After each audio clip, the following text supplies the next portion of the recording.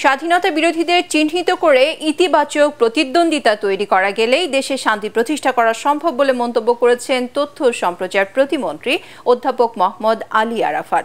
রাজধানী কৃষিবিদ ইনস্টিটিউটে জাতীয় পিস অ্যাম্বাসেডর সম্মেলনে তিনি একথা বলেন। দেশকে এগিয়ে নিতে সব রাজনৈতিক দলকে ঐক্যবদ্ধ হওয়ার আহ্বানও জানান তিনি।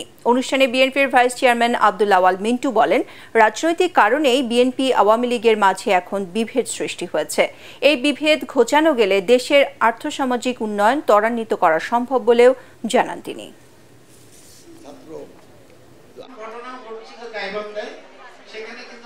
বাংলাদেশের প্রশ্নে আমাদের ঐক্যবদ্ধ থাকতে হবে। বাংলাদেশের জন্ম যেখানে, যে চেতনা ধরে, সেইখানে কোনো আপোষ চলবে না। তার বাইরে আমাদের সবাইকে মুক্তিযুদ্ধের গোড়ায় যে ঐক্যবদ্ধ হতে হবে সবাই মিলে। যদি আপনি দেশে অর্থনৈতিক প্রবৃদ্ধি বাড়াইতে হয়, অর্থনৈতিক উন্নয়ন করতে হয়, তাহলে আপনাকে সামাজিক মূল্যায়নও বাড়াইতে হবে। কারণ এই যে পারস্পরিক সহযোগিতা, এগুলি সমাজে একটা সামাজিক মূল্যায়ন সৃষ্টি করে।